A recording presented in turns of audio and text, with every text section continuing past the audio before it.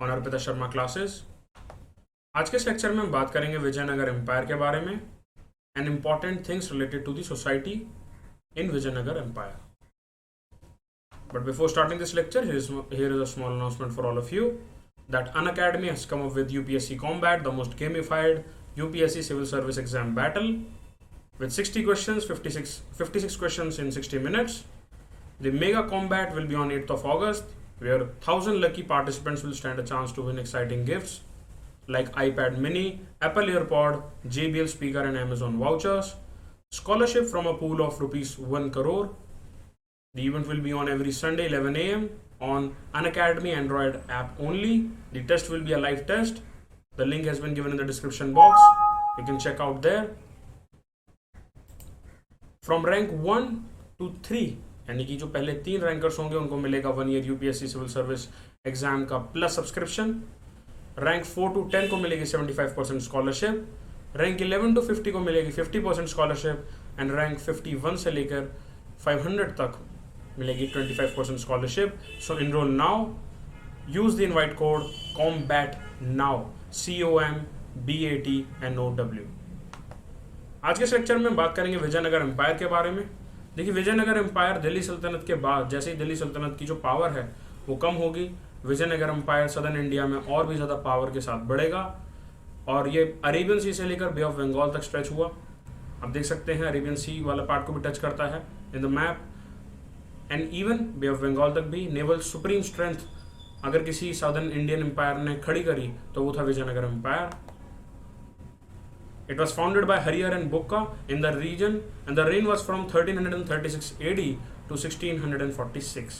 आप यहाँ पर ये पर्टिकुलर एरिया भी देख सकते हैं। दिस पर्टिकुलर रीजन कृष्णा नदी के नीचे से ही गोदावरी, आप ऑलमोस्ट यहाँ की बाउंड्री समझ सकते हैं इन दिस मैप। तो शेडेड रीजन है। अरेबियन सी को भी यहाँ इसने टच किया है। अरेबियन सी से लेकर नीचे कैलिकट वाले रीजन तक पूरा सदर्न इंडिया। अगर आप पॉलिटिकल मैप में इसको देखेंगे तो यहाँ पर आपका केरला वाला जो पार्ट है, गोवा पूरा इसमें आ जाता है विजयनगर एम्पायर में। इवन तमिलनाडु, आंध्र प्रदेश और थोड़ा थोड़ा इलाका आज जो तेलंगाना जिसको हम कहते हैं वो वाला एरिया भी था, प्लस कर्नाटका वाला पूरा रीजन और महाराष्ट्र का भी कुछ पार्ट। जब विजयनगर एम्पायर अंडर कृष्णदेव राय और बढ़ेगा आगे जाके तो आप देखेंगे कि जो कलिंगा वाला पार्ट है, जो इवन ओडिशा का थोड़ा सा पार्ट और थोड़ा सा छत्तीसगढ़ का पार्ट भी कैप्चर कर लिया जाएगा विजयनगर एम्पायर द्वारा। 1336 AD से लेकर 1646 AD तक ये रहता है। बिकॉज अगर आप देखें दिल्ली सल्तनत 1336 AD के करीब दिल्ली सल्तनत बहुत ज़्यादा वीक होने लग गया था एंड उसकी वजह से हुआ ये जो मुल्तान वाला जो एरिया है प्लस जो बंगाल वाला एरिया है वो टेरिटरीज अपने आप को उन्होंने इंडिपेंडेंट घोषित कर दिया। बिकॉज दिल्ली सल्तनत की जो पावर थी, एडमिनिस्ट्रेटिव पावर, वो वीगन अप होने लगी। इसकी वजह से जो डेक्कन वाला रीजन था वहाँ पर भी काफ़ी ज़्यादा डिस्प्यूट अराइज होने लगा। ये वाला जो रीजन है, जो बहामनी सल्तनत वाला भी इलाका देख सकते हैं, यहाँ पर भी डिस्प्यूट अराइज होता है और यहाँ पर भी इंडिपेंडेंट स्टेट्स अपने आप को डिक्लेयर कर देते हैं। यही सेम मुगल एम्पायर के साथ भी हुआ। जब मुगल एम्पायर लास्ट में डिक्लाइन हो जाता है, हैदराबाद जैसे इंडिपेंडेंट स्टेट खड़े हो जाते हैं, अवध जैसे इंडिपेंडेंट स्टेट खड़े हो जाते हैं। So basically Harihara and Bukka are the founders of this dynasty of the Vijayanagar city in 1336 on the southern banks of Tungabhadra, this region, and they made Hampi as the capital city. पहले अगर हम बात करें हरियर और बोका जो थे, they basically used to serve under the Veer Ballala third जो कि खोसला किंग थे। ये इनके वालास थे। अब यहाँ पे देख सकते हैं, लाइक जैसे मैंने आपको पहले भी बताया कि अगर कोई भी पावर स्ट्रक्चर खड़ा होता है तो जो पावर स्ट्रक्चर में जो टॉप पर है, जो किंग है, जब उनकी पावर वीकन अप हो जाएगी बाय वीक सक्सेसर्स, तो जो भी गवर्नर्स हैं, फेडेटरीज हैं, वो वापस से जो वासल्स हैं वो इनकी पावर को वापस कैप्चर कर लेंगे और अपनी डायनेस्टी खड़ी कर देंगे वहाँ पर इंडिपेंडेंट स्टेट को घोषित करके। The same happened with the Vijayanagar empire की, जैसे वो उसका जेनेसिस भी इसी तरीके से हुआ फ्रॉम द होसला एम्पायर। अब विजयनगर एम्पायर में जो मेन क्वेश्चन जो आता है, कई बार पूछा भी हुआ है, इट इज़ कि इसमें जो 4 मेन डायनेस्टीज हैं वो कौन कौन सी हैं। देखिए, पहला है संगमा डायनेस्टी, फिर है Saluva dynasty, then Tuluva and then Aravidu. इसमें सबसे इंपॉर्टेंट है सलुवा डायनेस्टी। आपको स्टेट पीसीएस में क्वेश्चन पूछा जा सकता है, option A, B, C, D। वहाँ पर आपसे पूछ लिया जाएगा कि, या फिर यूपीएससी में भी मॉक टेस्ट सीरीज में देखेंगे कि कौन सी इनमें से डायनेस्टीज नहीं थी विजयनगर एम्पायर की। तो एक नेगेटिव सेंस वाला क्वेश्चन आता है कि which of the following is not. ऐसे नॉट वाले क्वेश्चन में आपको और 4 ऑप्शन में 3 विजयनगर की डायनेस्टी दी जाएंगी, इनमें से कोई भी 3, और एक आपको भारी कोई डायनेस्टी दे दी जाएगी, तो आपको उसको ऑड वन आउट में समझना होगा। अब जो प्रोमिनेंट रूलर्स हैं, अगर हम बात करें सबसे स्टार्टिंग में, वो थे हरिहर फर्स्ट, जिन्होंने 1336 AD में he became the ruler of Sangma dynasty and he captured Mysore and Madurai. फिर उसके बाद हम देखेंगे जो वसल्स थे उनके, यानी कि जो उनके अंडर काम कर रहे थे, जो वसल्स थे, basically was the Bukka of first, he succeeded him in 1356। One of the most important ruler of this dynasty of Vijayanagar empire is basically the 1509 से, जिन्होंने 1529 AD में विजयनगर एम्पायर को एक अलग ही लेवल पर एक्सपैंड किया, चाहे वो एडमिनिस्ट्रेटिव एक्सपेंशनिस्ट पॉलिसी हो, मिलिट्री स्ट्रेंथ हो, नेवल स्ट्रेंथ हो, आर्ट एंड आर्किटेक्चर हो, हर एरिया में विजयनगर एम्पायर को सदर्न इंडियन पार्ट में जो एक हिस्ट्री में आप देखते हैं जो नाम आता है, it is contributed to Krishnadeva Raya. He was from the Tuluva dynasty and was one of the most important and famous king of the Vijayanagar Empire. Portuguese traveler Domingo Paes ने ये भी कहा that Krishnadev Rai was the most feared and perfect king there could possibly be. तो जो perfect king का जो title मिला है, ये पोर्तुगीज ट्रैवलर डोमिंगो ने किनको दिया है? कृष्णदेव राय को दिया है। ये फैक्चुअल क्वेश्चन आ सकता है। प्लस अगर इनके कंकेस्ट के बारे में हम बात करें, he conquered Shivasamudram in 1510 AD and Raichur वाला जो इलाका है वो 1512 AD में कैप्चर कर लिया। फिर मैंने आपको बताया है कि जैसे जो ये पर्टिकुलर पार्ट था, ये छत्तीसगढ़ वाला इलाका, और ये जो ओडिशा वाला जो पर्टिकुलर एरिया था यहाँ पर, ये वाला दिस पार्ट, जिसको कि आज आप इवन तेलंगाना का काफ़ी सारा पार्ट, ओडिशा और वारंगल वाला जो एरिया है छत्तीसगढ़ से, जो आज थोड़ा सा लगा हुआ एरिया है यहाँ बॉर्डर पर, ये सारा एरिया कैप्चर करा गया 1523 में bye Krishnadeva Rai. His empire extended from the river Krishna, मैंने आपको बताया, in the north to the river Kaveri in the south and the Arabian Sea in the west here and to the Bay of Bengal in the east। अब यहाँ पर आगे जाके देखेंगे कि आप, क्योंकि इतना ज़्यादा एम्पायर स्ट्रेच हो रहा है पेनिनसुलर पार्ट में, तो नेवल स्ट्रेंथ की भी ज़रूरत होगी, जो कि इन्होंने बहुत ज़्यादा बढ़ाया भी उसको। He was an able administrator, और इन्होंने इवन इरीगेशन और लास्ट टैंक जैसे कैनाल इरीगेशन पर भी काम करा, जिससे कि इरीगेशन और एग्रीकल्चर जो था वो काफ़ी बड़ा, इकोनॉमी अच्छे से डेवलप करी। And he also developed the naval power, understanding the vital role of overseas trade. In fact इन्होंने काफ़ी सारे जो ट्रेडर्स थे, अरेबियन ट्रेडर्स थे, उनके साथ डिप्लोमेटिक टाइज भी रखे, पोर्तुगीज ट्रेडर्स के साथ भी टाइज रखे, बिकॉज जो पेनिनसुला वाला पार्ट है, दिस पार्ट, ये बहुत ज़्यादा इंपॉर्टेंट पार्ट था, बिकॉज यहाँ पर आप देखेंगे, यहाँ श्रीलंका का एरिया आता है, यहाँ पर अरेबियन सी है, यहाँ पर बे ऑफ बंगाल है, एंड दिस होल पार्ट, अगर इस पर आपको कंट्रोल रखना है यहाँ पर, specially eastern and western coast पर भी, उसके लिए आपको जरूरत पड़ेगी नेवल स्ट्रेंथ की और मिलिट्री स्ट्रेंथ की भी। He also maintained friendly relation, as I told you earlier, with the Portuguese and the Arab traders, और इन्होंने अपनी गवर्नमेंट का रेवेन्यू भी इसी तरीके से बढ़ाया है, by the trade and also by the reforms that he took in the agricultural part, जैसे कि इरीगेशन हो गया, कैनाल इरीगेशन सिस्टम हो गया। He also patronized art and architecture. और विजयनगर एम्पायर, जैसे हर एक किंग के बारे में देखिए, अमोघ वर्ष के बारे में हमने बात करी, पृथ्वीराज चौहान के बारे में हमने बात करी, तो एक पर्टिकुलर ऐसे किंग आते हैं एक डायनेस्टी में, जिनकी वजह से जो पूरा डायनेस्टी है वो पीक पे पहुंच जाता है रूल जो है। उसी तरीके से पीक पॉइंट जो था वो कृष्णदेव राय ने अचीव करा as far as the Vijayanagar empire was concern. He was a great scholar as well. अब यहाँ पर इंपॉर्टेंट बात आ जाती है अष्टदिग्गज।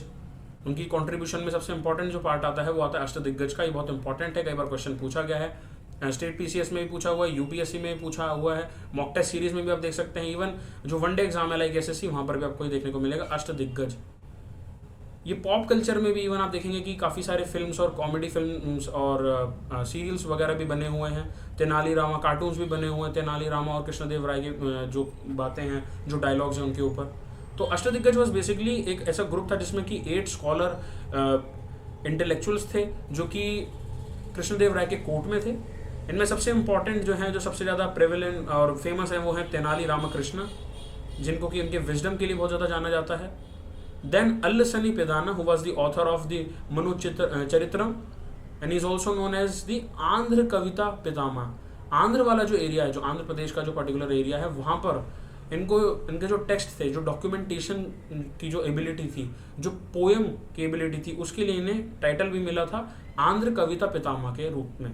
तो ये आपसे कई बार पूछा जाता है, who among the following was known as the Andhra Kavita Pitamaha, यानी कि ऐसा द इंडिविजुअल जो कि आंध्र प्रदेश वाले इलाके में रहते हैं, और ही इज बेसिकली दी मतलब डॉक्यूमेंटेशन और जो राइटिंग स्किल्स हैं वो सबसे ज़्यादा सुप्रीम किसके पास हैं ऑफ दी ऑल दी अष्टदिग्गज, तो वहाँ पर आपको नाम याद रखना है Allasani Peddana. He was also the author of Manu Charitram. Then the next one, the next Ashtadiggaja is the Nandi Thimmana who was the author of the Parijata Apaharanam. ये आपको याद रखना है. इस तरीके के टेक्स्ट जो हैं वो कई बार आपसे पूछे जाते हैं. इसमें कोई बहुत ट्रिकी क्वेश्चन नहीं बनेगा. आपसे केवल पूछा जाएगा हु रोट दिस टेक्स्ट, या उनका जो टाइटल है वो किसको संबोधित करता है. Then the other one was Dhurjati, Pingali Surana, Ramraj Bhushan, Rambhadra कवि, मदायागारी मलाना. ये टोटल जो थे ये अष्टदिग्गज थे. अष्ट बेसिकली स्टैंड्स फॉर 8, या हिंदी भाषा में आप इसको देख सकते हैं अष्ट बेसिकली मीन्स 8. इसमें सबसे इंपॉर्टेंट मैंने आपको 3 मार्क कर दी हैं.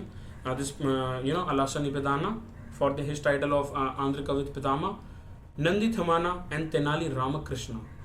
Out of the 8 scholars, the 3 the following are the most important one, जिनसे कि क्वेश्चन डायरेक्टली पूछा जाता है.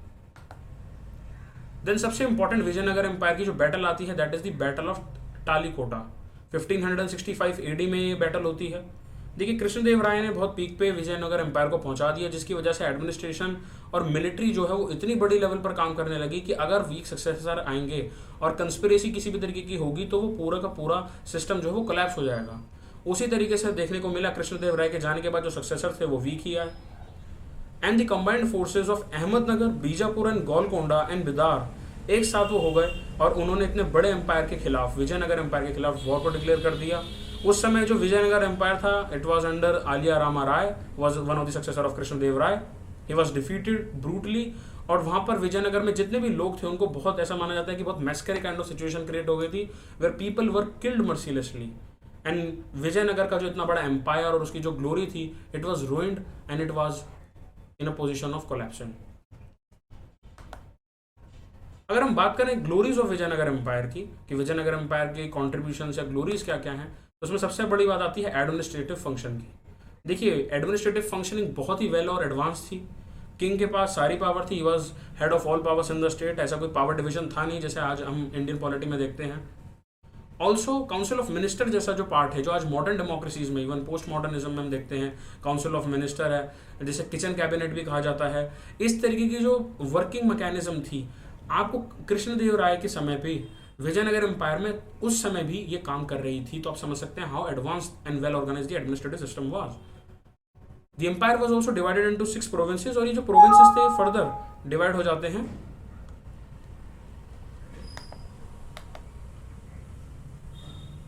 सो बेसिकली 6 प्रोविंसेस होते हैं and these 6 provinces were further divided into districts. और ये डिस्ट्रिक्ट्स और फर्दर डिवाइड हो जाती हैं इनटू स्मॉलर यूनिट्स जिनको कि विलेज के रूप में जानते थे. और हर प्रोविंस जैसे कि अगर 6 प्रोविंस है तो बेसिकली जो 6 प्रोविंसेस हैं उन सभी 6 के 6 प्रोविंसेस के ऊपर जो गवर्नर होंगे, जो एडमिनिस्ट्रेटिव बॉडी होगी, उनका नाम होता था नायक. तो ये भी आपको याद रखनी है बात, बिकॉज जैसे पूछा जाता है कि which of the following statement is false या which of the following statement regarding Vijayanagar empire is true. तो वहाँ पर आपको एक स्टेटमेंट ये भी दिया जा सकता है कि नायक की जगह वहाँ आपको कुछ और स्टेटमेंट दे दिया जाए. So basically this administrative phraseology is very important. The village was also administered by hereditary officers like accountants, watchmen, the waitsmen and the officers in charge of forced labor. Plus इसमें सबसे important जो administrative आपको terminology याद रखनी है वो है महानायक आचार्य. He was basically an officer और contact point होते थे between the villages and the central administration. ये बहुत एक unique feature है जो कि आपको even आज के अगर समय में बात करें, जब हम बात करते हैं ट्रांसपेरेंसी की, जब हम बात करते हैं कि स्टेट और इंडिविजुअल्स के बीच में कनेक्शन की, आप समझिए कि एडमिनिस्ट्रेटिव पॉइंट ऑफ व्यू से महानायक आचार्य का जो ऑफिस था, he was basically an officer. और इनका जो ऑफिस था वो विलेज में जो लोग रहते हैं और जो सेंट्रल एडमिनिस्ट्रेशन है उसको ज्वाइन करने का था. उसके बीच में एक मेन हब के रूप में काम करने का था. तो हाउ एडवांस इट वॉज. अब अगर आर्मी की बात करें, आर्मी के अंदर इन्फेंट्री थी, कैवलरी थी, एलिफेंट्री थी and the commander in chief was in charge of the army. अब रेवेन्यू एडमिनिस्ट्रेशन की बात करें कि रेवेन्यू को किस तरीके से एडमिन करा जाता था. Land revenue was the main source because agrarian economy थी उस समय इंफ्रास्ट्रक्चरल या कोई ऐसा सेक्टर नहीं था, इंडस्ट्रियल सेक्टर नहीं था, सर्विस सेक्टर नहीं था. The land was carefully surveyed and taxes were collected based on the fertility of the soil and as I told you earlier कि स्पेशली कृष्णदेव राय के समय में डैम्स की बिल्डिंग करना, कैनाल सिस्टम को बनाना, जिससे कि एग्रीकल्चरल पार्ट बढ़े, बिकॉज अगर इरिगेशन प्रॉपर होगी तो उसकी वजह से आप देखेंगे डैम्स को बिल्ड करो, कैनाल्स को बिल्ड करो, इरिगेशन अच्छी होगी तो एग्रीकल्चर भी ज़्यादा होगा। एग्रीकल्चर ज़्यादा होगा इसका मतलब ये होगा कि जितना भी लैंड एक्वायर किया गया है एक्सपेंशन के तहत उसका प्रॉपर यूज़ हो पा रहा है, प्रोडक्टिविटी इंक्रीज होगी तो लैंड रेवेन्यू भी ऑटोमेटिकली इंक्रीज होगा, बिकॉज ट्रेड भी इंक्रीज होगा। अगर जुडिशियल एडमिनिस्ट्रेशन की बात करें तो देखिए किंग ही सुप्रीम जज थे। आज की जुडिशरी की तरह सिस्टम जो था वो बहुत बाइफिकेटेड नहीं था, and severe punishments were given for the people who were found guilty and those who violated the law were also levied। तो ये भी आपको बात याद रखनी है। इसके अंदर कोई ऐसा सेपरेशन ऑफ पावर का उस समय पार्ट नहीं था जहाँ पर जुडिशरी अलग होगी, लेजिस्लेचर अलग होगा, एग्जीक्यूटिव अलग होगा जैसे आज होता है। यहाँ पर आपको विजयनगर एम्पायर में रिलेटेड सबसे इंपॉर्टेंट बात याद रखनी है, ये आपको ऐसे के पेपर में भी बहुत मदद करेगी, ये चीज़ आपको सोसाइटी में भी बहुत मदद करेगी as far as GS paper 1 is concern, history में तो करेगी ही चीज़ मदद, प्लस एथिक्स में भी व्हेनेवर विमेन एम्पावरमेंट से रिलेटेड क्वेश्चन आएगा सो यू कैन फाइंड कि जो पोजीशन ऑफ विमेन थी वो बहुत ही एक अच्छी पोजीशन थी और हाई पोजीशन थी विजयनगर एम्पायर में, बिकॉज विमेन को एजुकेट भी किया जा रहा था, ट्रेन भी किया जा रहा था in wrestling and in the use of various weapons of offence and defence, plus fine arts और म्यूजिक में तो किया ही जा रहा था। तो विमेन एम्पावरमेंट का एक बहुत प्राइम एग्जाम्पल विजयनगर एम्पायर में देखने को मिलता है। Women occupied a high position and took an active part in the political, social and literary life of the empire. Some women also received an higher education of higher order, or Nennis, who was a particular writer at that point of time, he wrote कि जो king थे he had women astrologers, guards, wrestlers, accountants and clerks even। तो women empowerment का अगर कोई example आपसे पूछा जाता है, किसी भी तरीके का क्वेश्चन आता है and if you want to quote की हिस्ट्री में भी, इंडियन हिस्ट्री में भी स्पेशली सदर्न पार्ट में अगर विमेन एम्पावरमेंट की बात पूछी जाए, एग्जाम्पल दिया जाए, you can definitely write the example of Vijayanagar empire. Now how was the social life? The society was particularly systemised, though child marriage होता था यहाँ पे, polygamy and sati were prevalent, the kings allowed freedom of religion. So as such कोई किसी particular religion को पेटर्नाइज करना और किसी को डीमोनाइज करना ऐसा कंसेप्ट ही नहीं था, फ्रीडम ऑफ रिलीजन थी, और चाइल्ड मैरिज, पॉलीगमी और सती जैसा जो सिस्टम थे दैट वर ऑल्सो प्रेवलेंट। अगर इकोनॉमिक कंडीशन की बात करो, देखिए इकोनॉमिक कंडीशन दो तरीके से पहले काम करता था, पहला है आपका trade and the next one was agriculture. Agriculture में कैनाल सिस्टम होना, डैम्स का बनाना, उसकी वजह से इरिगेशनल पॉलिसीज क्योंकि अच्छी थी तो इकोनॉमिक कंडीशन भी डेवलप हो रही थी, plus textiles, mining, metallurgy, perfumery, this part very important, and other several industries also existed. So ये आपको याद रखना है। They also had commercial relations with the islands in the Indian Ocean, diplomatic ties भी थे इनके साथ। एबिसिनिया, अरेबिया, बर्मा यानी कि Myanmar, China, Persia, the Malay archipelago, south, the several industries that used to exist, and the commercial relations with the distant neighbors, maritime neighbors, as well as the neighboring countries. Now, Vijayanagara empire ने contribution architecture और literature में भी काफ़ी दिया है, जिसमें सबसे important example आता है the Hazara Ramaswamy temple and the Vitthala Swami temple that was build during this period. The bronze image as you saw in the first slide of Krishnadev Rai is also a masterpiece. Sanskrit, Tamil, Telugu and Kannada literature were developed and Sayana also wrote the commentaries on Vedas। ये भी question कई बार पूछा गया है। कृष्णदेव राय के literature के बारे में भी पूछा जाता है that he also wrote Amuktamalyada in Telugu and Usha Parinayam and Jambavati Kalyanam in Sanskrit as well. तो देख सकते हैं what kind of scholar he was such a brainiac scholar, जिसमें तेलुगु लैंग्वेज के बारे में भी उन्होंने लिखा हुआ है, उसमें भी लिटरेचर लिखा हुआ है, प्लस संस्कृत में भी लिखा हुआ है। तो ये भी आपको इंपॉर्टेंट लिटरेचर्स एंड आर्किटेक्चर याद रखना है।